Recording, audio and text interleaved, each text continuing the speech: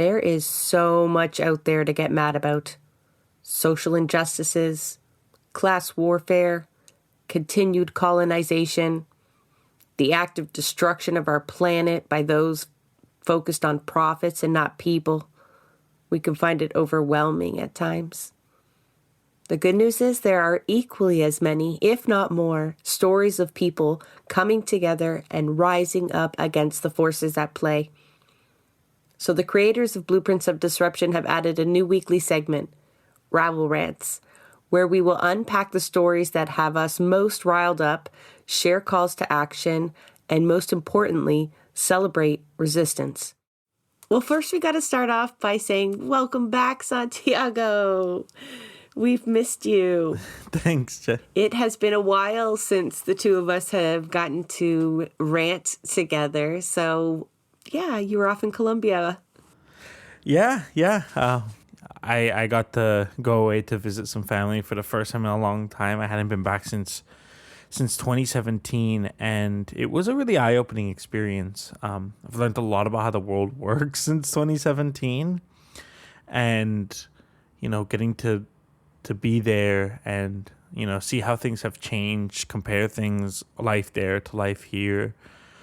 It was really, there was a lot of good, there was a lot of bad, there was a lot of really shocking contradictions that we're going to dive into in a future episode as I unpack things a bit more. But I really miss being able to be here recording. I know we wanted to record when we were there. It didn't really end up working out, but no, it's good to be back. I did get to talk to you while you're away, and so it's a bit of a teaser because I'm eager to hear more about those kind of reflections, because I know they kind of contradicted our feelings around our episode on South America. So yeah, the reason we can't unpack it today is because there's just so much else to talk about. And I feel like that's always the case, but we'll certainly make time for that for sure. So again, welcome back. It's not the same without you. Although I did enjoy talking to Mo last week, if folks heard our episode on Lebanon and Palestine,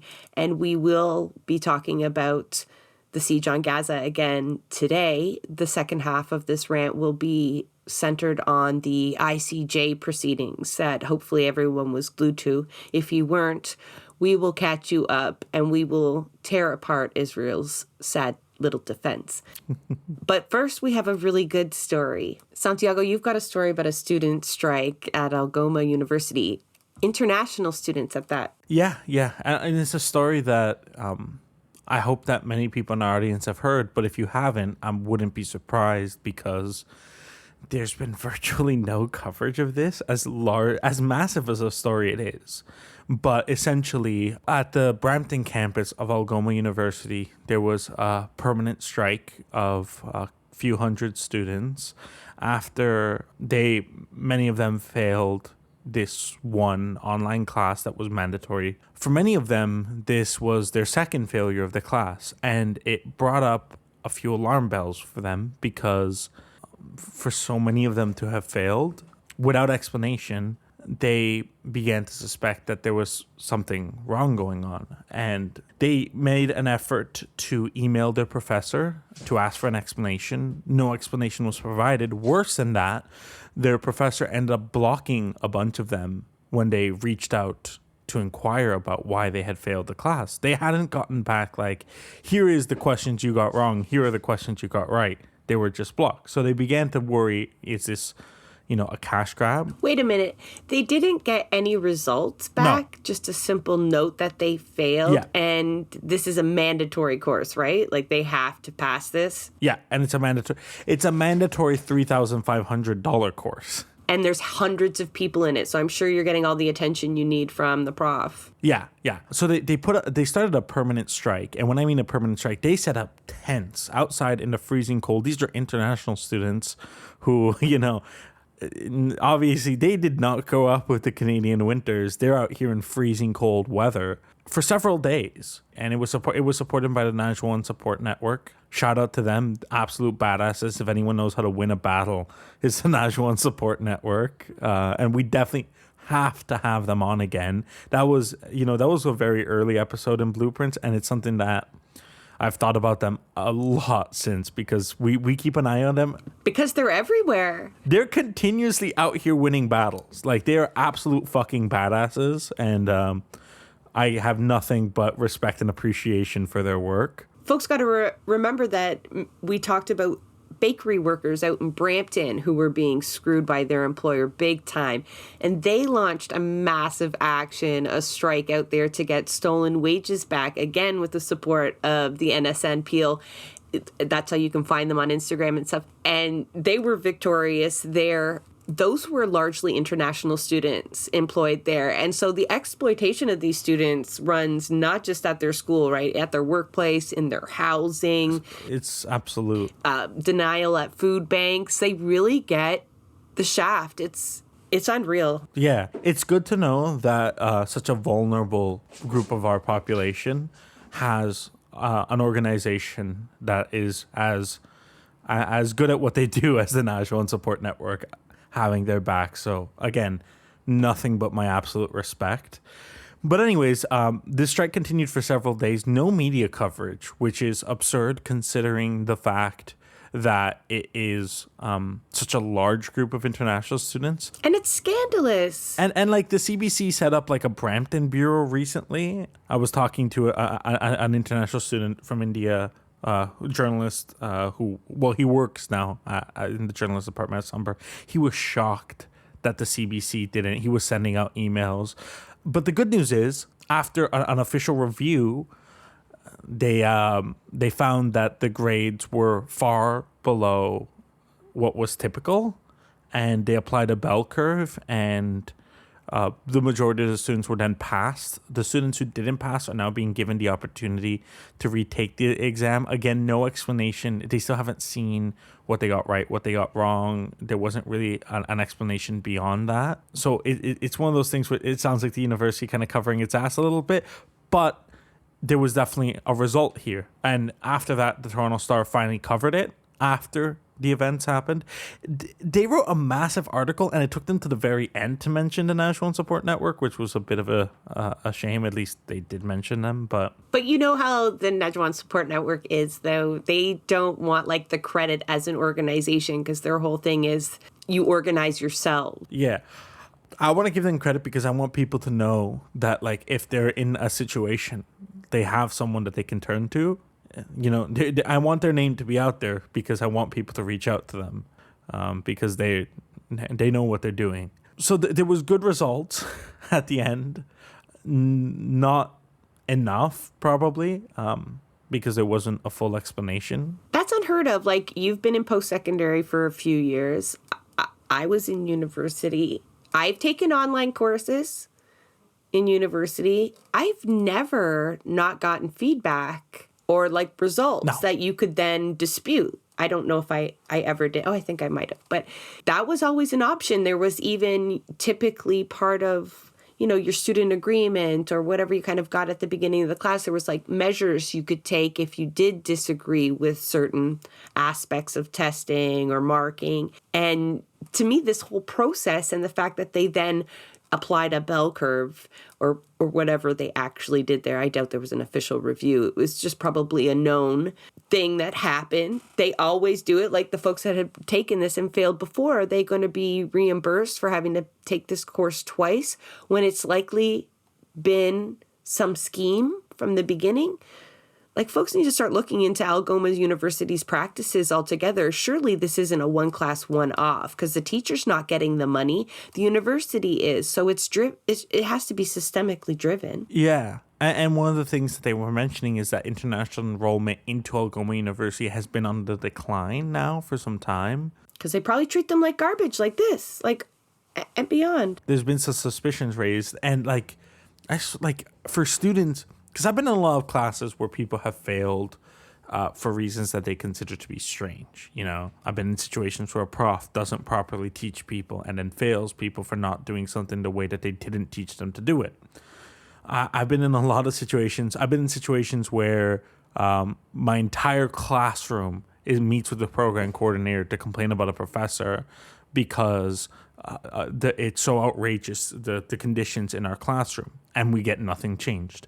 This is a situation where international students who are worried about their status, who are worried about being able to stay in the country, who are worried about the precariousness of their living situation, go out and they fucking camp out in the freezing cold. The things that it takes to get to that level, there is no doubt in my mind the legitimacy to their claim. Because for them to be taking it to these levels shows everything one needs to know about the credibility of their claims. People don't just go camp out. Students do not just go camp out and protest. That's not typical in Canada. That's not something we hear about. So this was a massive situation. And the fact that it got so little coverage is an absolute disgrace.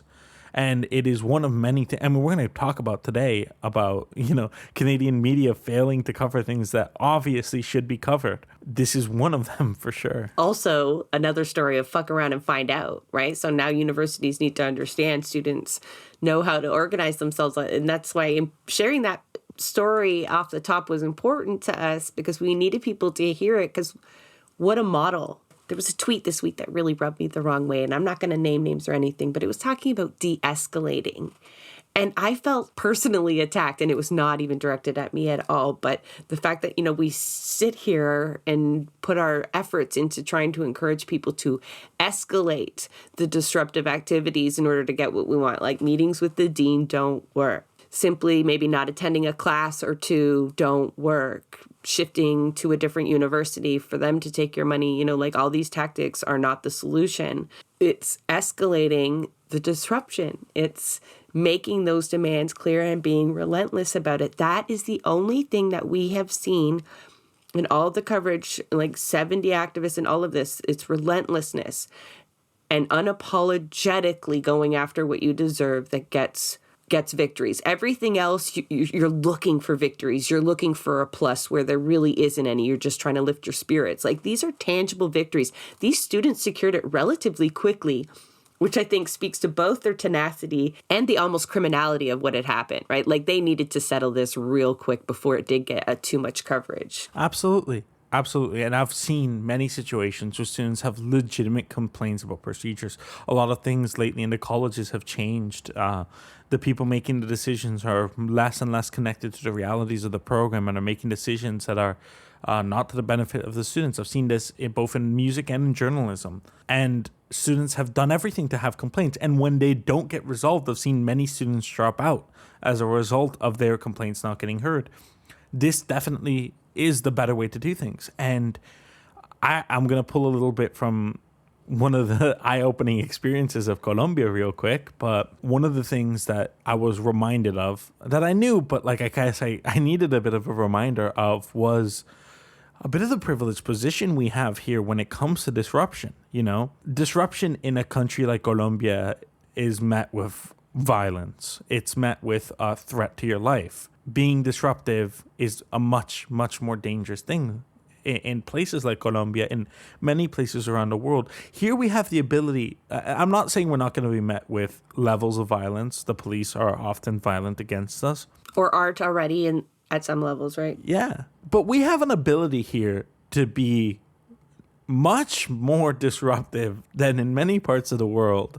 And I feel like that almost gives us an obligation to be disruptive. Like, we need to use that position to be able to demand more, to be able to use those tactics, because we can. It's like getting the younger child to go do what you need to do at home, right? Like, they'll get in so less trouble than if you do it. So you send them in to steal the cookie. Yeah, like, we're not going to be killed for it. There's no paramilitary militias out here that are going to execute us for asking for better. Usually. I think there has to be like a little asterisk that we can expect police violence to some certain extent, right? We've even covered it, and First Nation land defenders know it very well. They can kill us, but it's much less likely, and there is no comparison to not just Colombia, right? Like, so many other places that then usually take those risks, right? It seems like even in those nations, folks are willing to take to the streets in numbers, yeah, and defy those orders whereas we are not. But that again comes to our privilege and complacency sometimes. But Yeah, and like it so happens, like I think of the case of Tortuguita in the cop city in, was it Atlanta? The activist Tortuguita who was killed. Like there are still cases where, you are met with execution, but it's far less likely, and mass movements are much more powerful here. I mean, I think of like, there's been violence at Palestinian protests. I think of the cop who was kneeling on a protester's neck a few weeks before the holidays. There is still that, but at the end of the day, there's been 308 pro-Palestinian protests in Toronto in the last 3 months, and there has been considerably less violence than in other parts of the world. And so I do think that we have to be, to a certain extent, conscious of that, and we have to be bold because of that. We have to understand that everything worth a damn has been earned by resisting, by disrupting, by actually getting out and demanding and forcing their hand. And Algoma University is a reminder of how powerful that can be, especially when someone is so clearly in the wrong about something. It can be incredibly powerful. And when it happens, again, if it's an effective disruption, there's a good chance that media will not cover it. And we had that reminder too with the York Southwestern Tenant Union right before I went off for holidays. That was an incredible victory as well. Blueprints of disruption. What's up?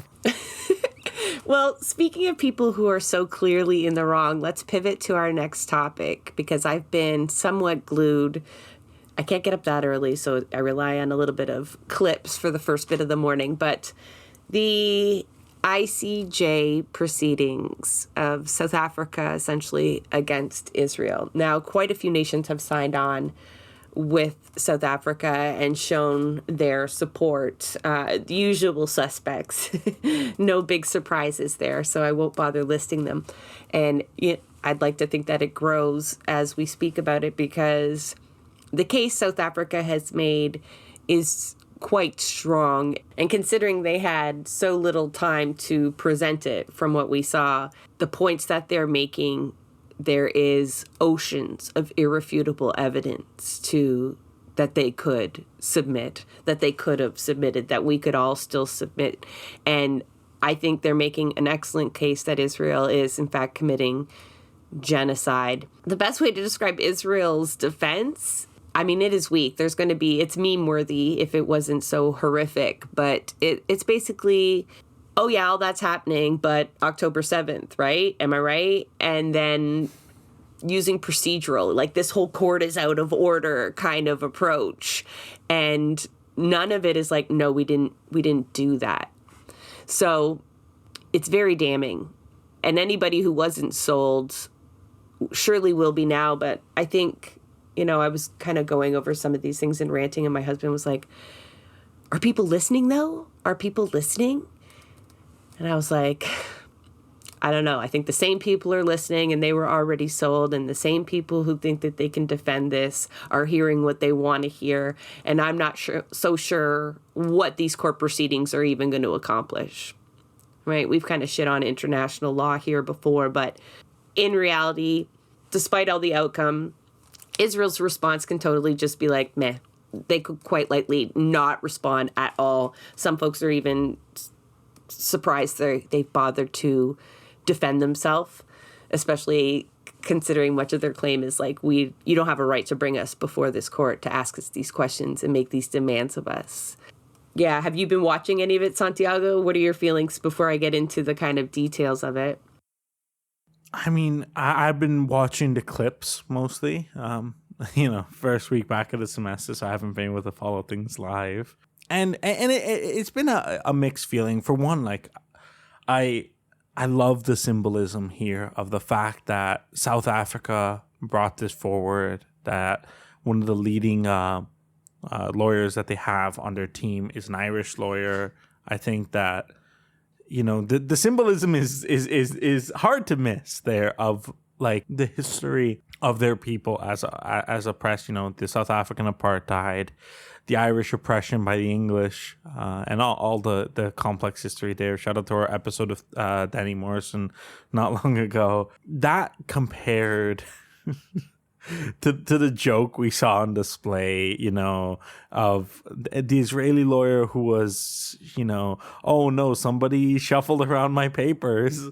And shout out to Loki for always bringing like a little bit of that humor where we need it most. But oh my goodness, I mean, the difference in the two presentations is overwhelming. I mean, it was a very professional, well put together case from the South African team. It was extensive, it was thorough, and a lot of it was, I mean, we've been saying this whole time that Israel is almost, presenting the evidence themselves via TikTok and social media. They can't help themselves from condemning themselves almost through, admitting to their wrongdoing. And South Africa presented much of that. At the same time, I still have in the back of my head, buried deep down somewhere, a romanticized view of the idea of, international law, of the idea of like human rights, that it means a goddamn thing,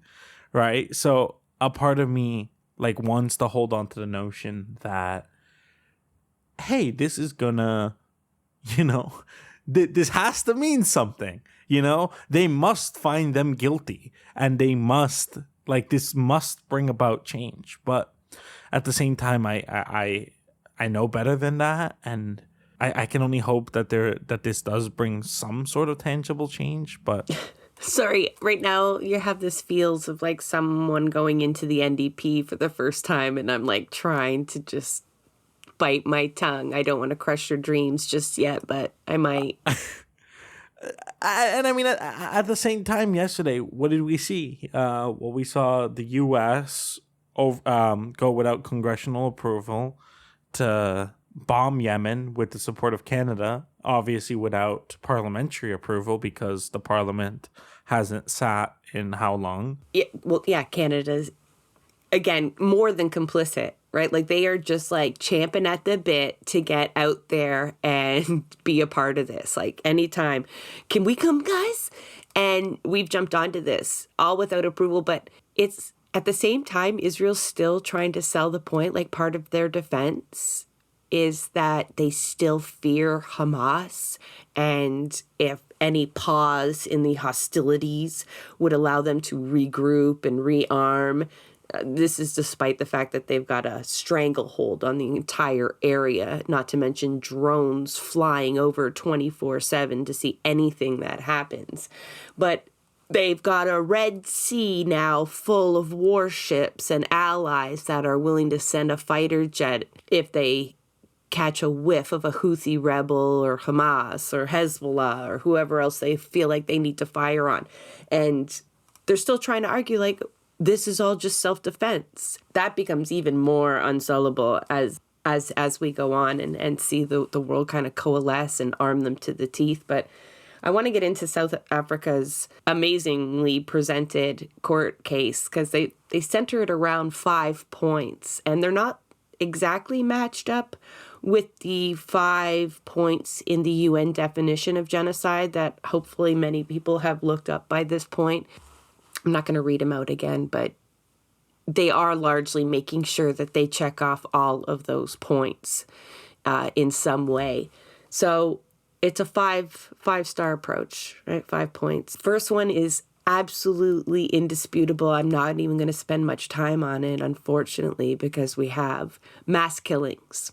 These aren't people being singled out or precision targeted. We have many documentation of mass killings, mass graves, 2,000-pound bombs being used, things the Americans don't even use in urban warfare. And this is all over our feeds. So obviously Israel cannot refute that. The second point is that they're causing bodily and mental harm to this specific group. And again, this feels like the first point. It's just like a no-brainer. And these are the first 2 points of the definition of genocide, almost verbatim. On that second one, let's remind people that pre-war, pre the latest breakout, something like 90% of children in Gaza were said to have PTSD already. So when we talk about, mental harm, it's as clear-cut as it can possibly be. Absolutely. And as I go through these, I hopefully will make the point, but if I forget, as you listen, you will know all of this predated October 7th. Some of it is 75 years old. The mental anguish that you're talking about and the bodily harm. I mean, the Great March of Return has horrific statistics in terms of injuries, and then the targeting of paramedics and medics trying to evacuate those injured. So not only do you cause bodily harm, but then you don't even fulfill your humanitarian obligations in that armed combat. The mental anguish that people must experience here is like unfathomable at this point. That noise, surely you've seen like everyone streaming that noise. As someone, like I'm kind of sensitive to noises like that personally, but I can only imagine what that would be like 24 hours a day. And it's not just an annoying noise. It's an annoying noise that brings death at any given moment. And the anxiety that must cause, and the fact that there's snipers everywhere. And you know what? I want to talk about these fucking leaflets. These leaflets that the Israelis use as part of their defense, that they're trying to mitigate civilian death. Like they warn people. Leaflets. They send notices for people to clear out their homes with like very, very little time to actually do a proper evacuation. They're using that as evidence of how honorable they're acting, and so that nothing that genocidal is by intent. But these leaflets in themselves must be fucking terrorizing, right? Seeing them fall from the sky and then inevitably knowing what they're going to say and what that means. And it's just like this image is repeated over and over, no matter how many times you move. Again, when we're talking about this all predating October 7th, the third point the South Africans make is forced displacement. And Israel actually tries. They are trying to refute this point. They've been doing this for 75 years, so the gall they must have to actually try to pretend that they're not doing it now when we're watching it, when the leaflets are evidence of it, for example, and the destruction in the north. Surely you don't expect anybody to go back and live there from what you've destroyed. You didn't just destroy homes. You destroyed courts and hospitals and schools and roads and water supplies, and they do not intend for anybody to go. Santiago, you talked about like the evidence that comes from inside Israel, that like they've almost attested to this. One of the examples that they use is some of the dissent that happens in Israel, right? Like they're trying to say like all of these ministers have voiced this intent, right? All these sound clips that we've heard, all these translations from Hebrew on directly referencing, genocidal intent, that was just rhetoric. But at the same time, they're doing what they're telling people they're going to do. So I don't know how they can come out and say that that's rhetoric. And I mean, also you have soldiers who are saying stuff like, how they enjoy killing children and how they wish that they could kill more babies. And like, these are direct clips. You have soldiers admitting to war crimes and to genocidal acts. And have we ever heard even once of a case of Israel holding any of them accountable? Like if it was, if they were trying to paint the picture of like these are rogue individuals acting outside of their orders, then you would probably hear of a military tribunal, right? You would hear of cases of soldiers getting dismissed and arrested and imprisoned for unlawful acts, right? You don't hear about that. Israel, I mean, we've had cases, like I think of like the Canadian soldiers in Somalia, and hey, they're not held accountable enough. But we've had cases where, within the Canadian military, there's been far right groups that have led to people being discharged, have led to. None of that is happening here. Military, it's not just a free reign, and it's not paired with the genocidal acts. It's one thing to have soldiers that are saying I hate all these people and I'm going to kill them, and then they actually also do it, right? Like the evidence is almost in the act itself. It's funny that you say that, or maybe not funny at all. You might have intended it, but one of Israel's defenses, I meant to do them at the end, but I'm kind of blending them in here. One of their defenses is, don't worry, we're a rules-based country. So if there are any illegalities happening, if a genocide happens, our courts will take care of it. This is, of course, after, right? This is after it's done and all those people are dead and gone. They won't stop it, but we have the procedures to hold these people accountable. As though this is the first time the world has come to you and said your soldiers are massacring people. You have never shown us any indication that there's a rules-based order that values Palestinian lives equally or at all. Yeah, because your leaders are saying the horrible things. Your soldiers are acting and saying on the horrible things, and you want us to believe that anyone's being held accountable. And again, all states have a duty under international law to act to stop genocide. It's not something where it's like, we will retroactively hold people accountable. No, you have to stop it. You have to act to stop it. If genocidal acts are happening and your army is responsible for it, you have to stop it. But we're not going to be here sitting foolish and naively enough to believe that anything is happening outside of the direct wishes of those in charge. We know what's happening. Everyone knows what's happening. The evidence is so overwhelming that, like, it's one of those situations where if the International Court of Justice is worth a goddamn thing, they must find them guilty.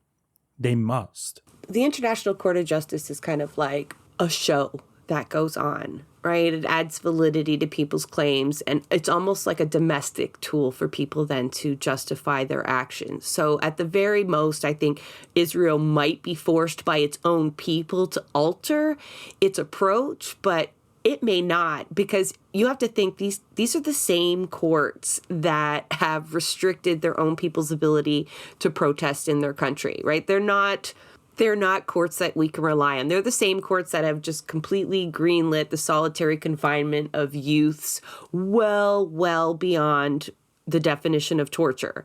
These are not just courts, particularly if it involves Palestinians. We already know this. So the fact that they can sit up there and try to use this as a defense, surely the judges, I haven't gone through them all. I see that there's a Lebanese judge out there. There's 15 of them, I believe. And you know, I'd like to think that they at least understand that that is a farce. Going back to the South African argument for forced displacement, I think, like, the obvious is the North. We have to go back over 90 days ago now.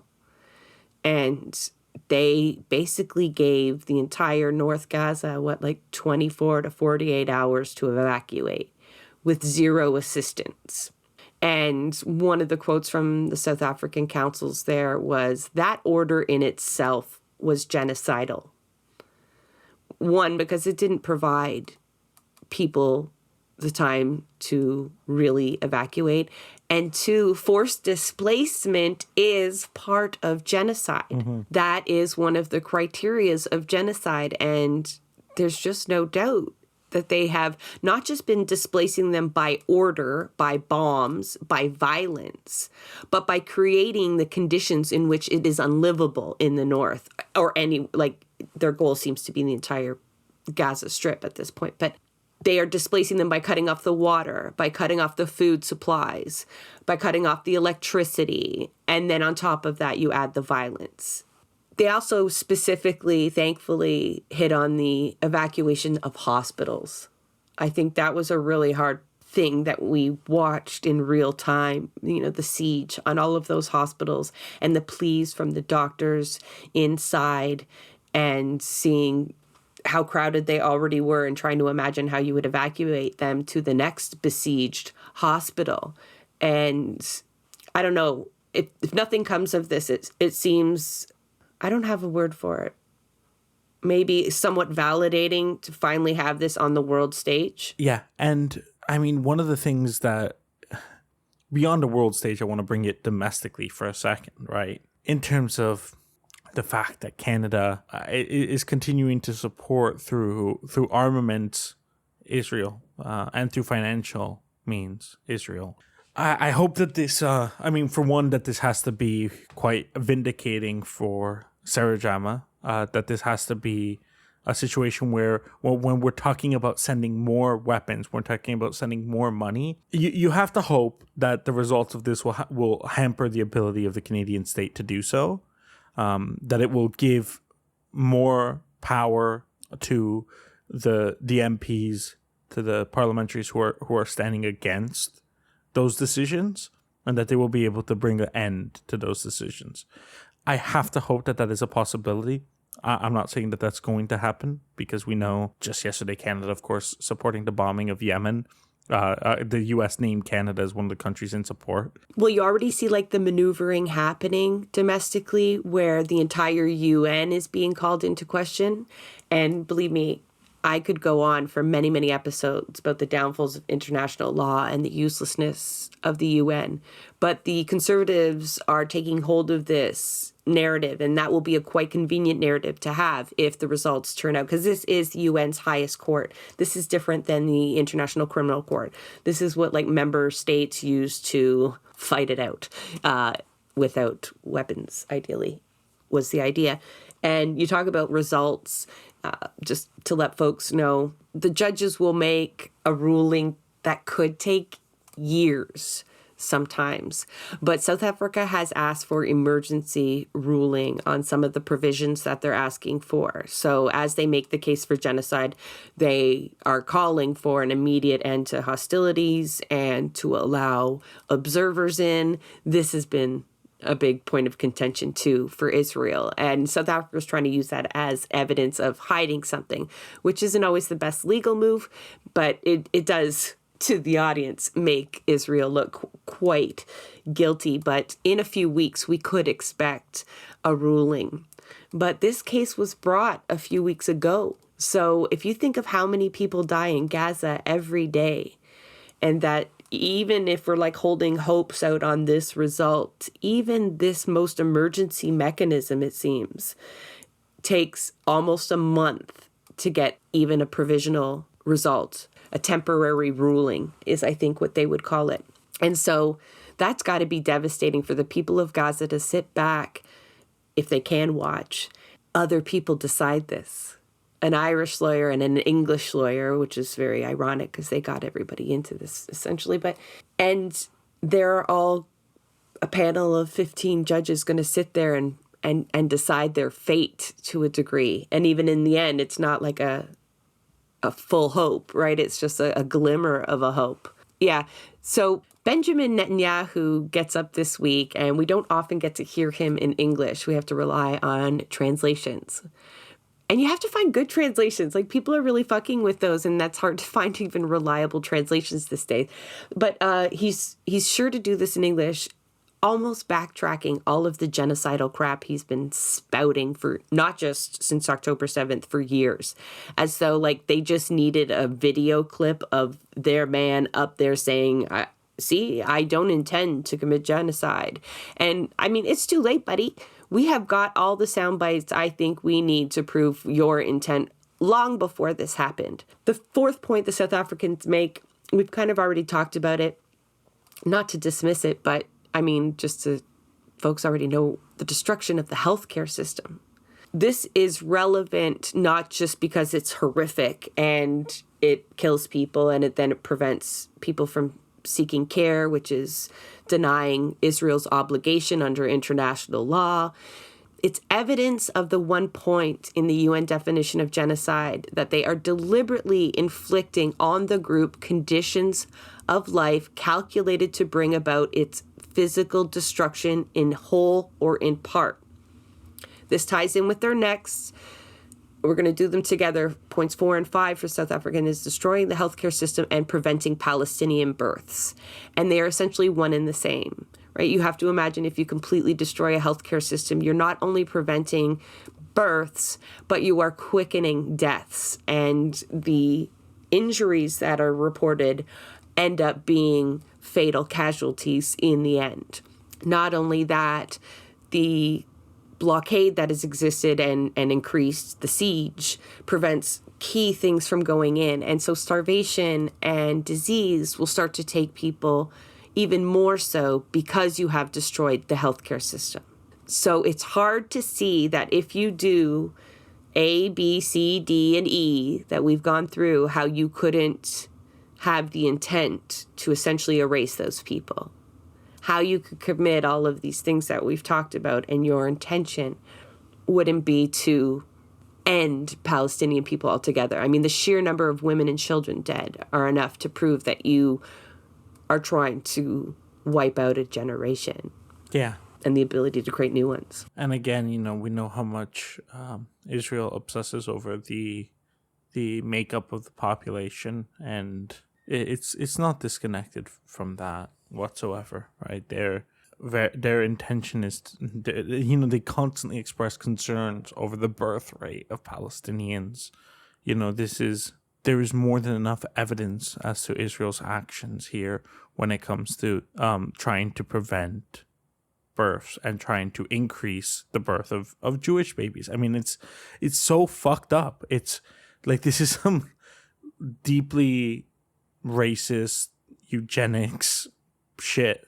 And it seems so obviously that. Like, I almost can't believe it saying it sometimes, because it's like, how are we still talking about something that, you think is buried in the textbooks of history? Like, how is this a modern day issue? How are we still talking about birth rates of certain races? Like, what the actual fuck? More than that your critique of it is demonized as well. Even Israel, in their defense, in the International Court of Justice here, the World Court, as they call it, they're basically standing up in their defense and sounding like the same fucking trolls that we've been dealing with all of this time. Yeah. Like, their defense is calling South Africa supporters of Hamas and trying to shame them and throw shade on them, and so, like, disqualify them as being able to bring this. South Africa doesn't have a legitimate beef with us. Look at their history, yada, yada, yada. Like, they can't even defend their own position. They just go after their attackers. Like,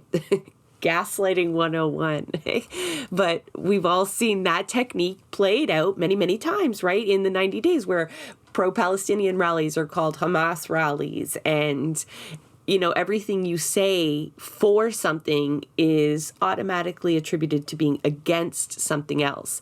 The defense lawyers for I Hope Israel's getting their money back, because those folks are doing a piss poor job. But the problem with the legal system, not just the World Court, we all know this to be true from the stories we've heard from our own judicial systems, is that a lot of it is procedural.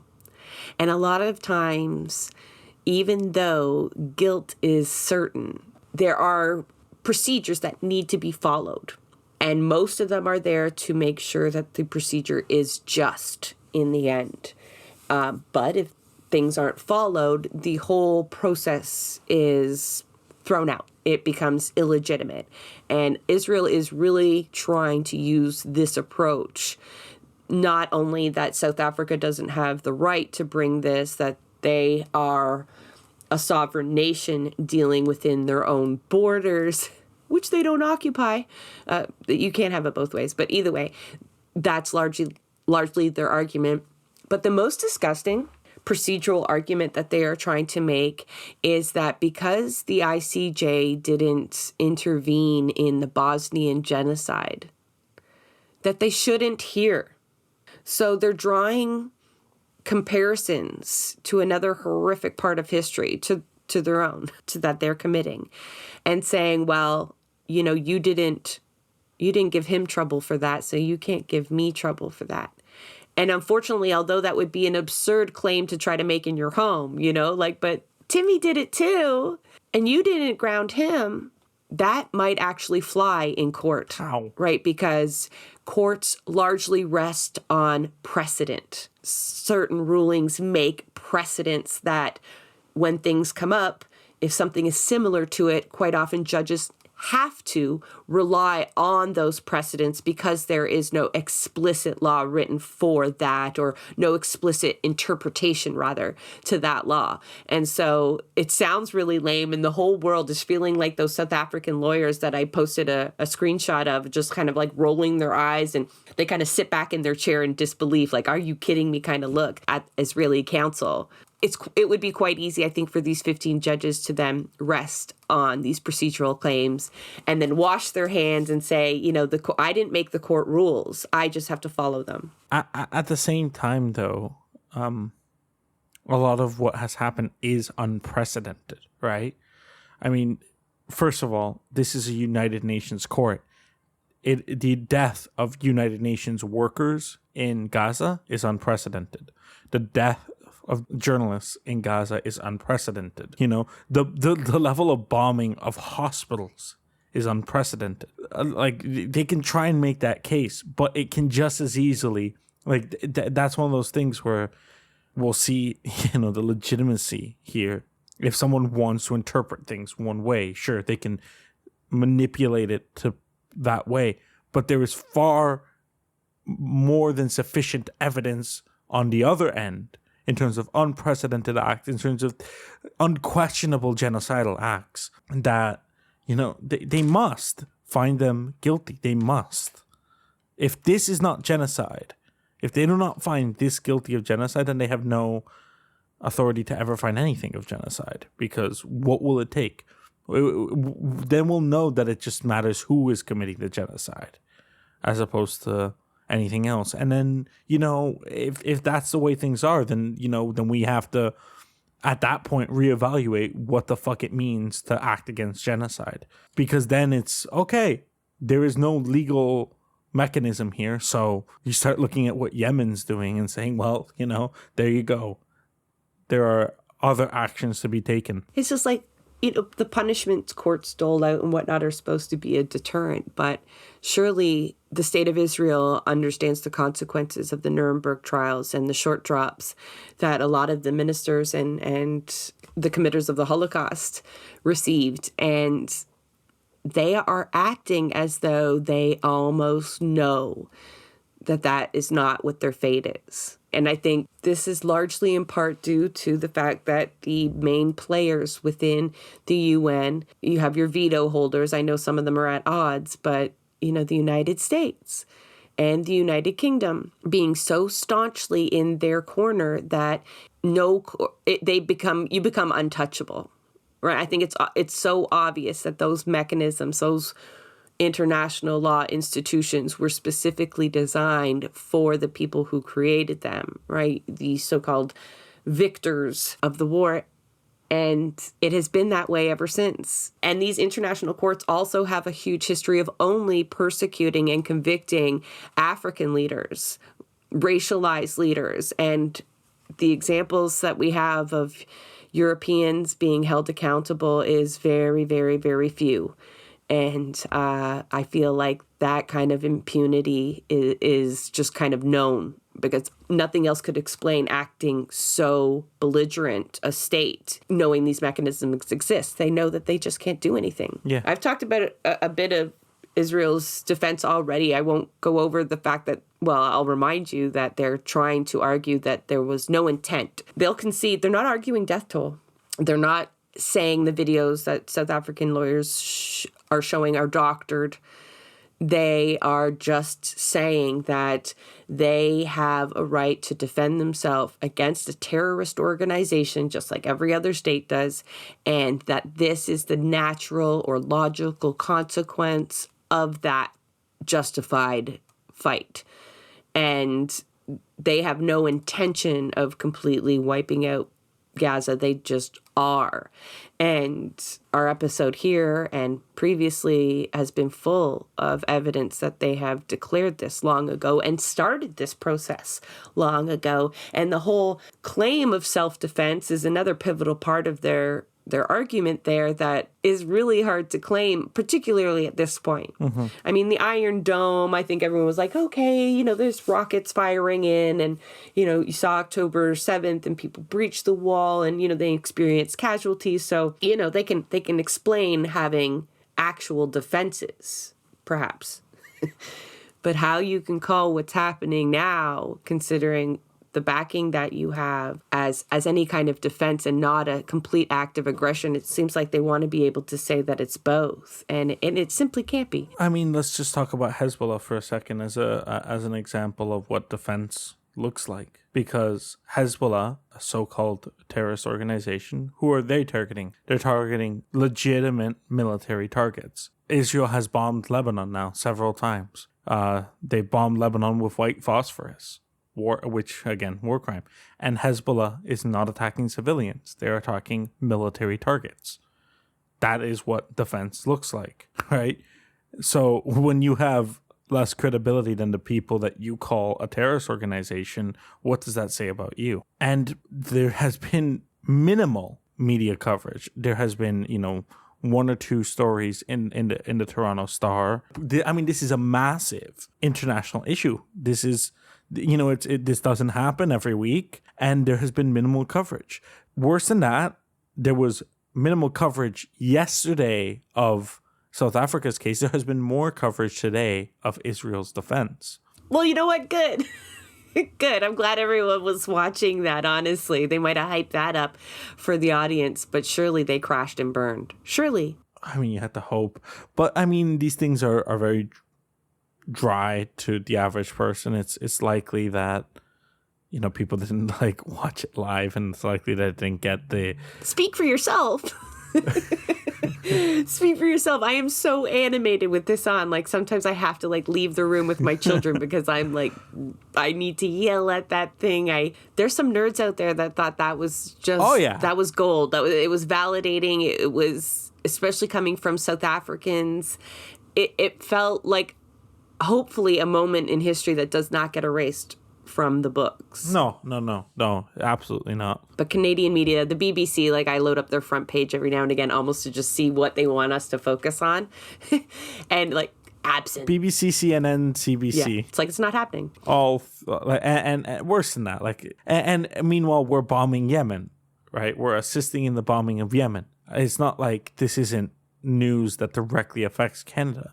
No. We have chosen a side. We're arming Israel. Our bombs are killing Palestinians. Well, that's the point, right? We can't do that if our people are watching these court proceedings and it's just so obvious to what's happening, right?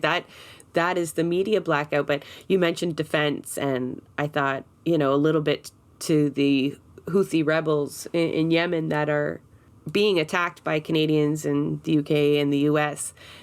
Although, they're not hitting military targets, I still see their defense as legitimate. We talk about wearing down massive powers bit by bit, and they garnered quite the response. Mm-hmm.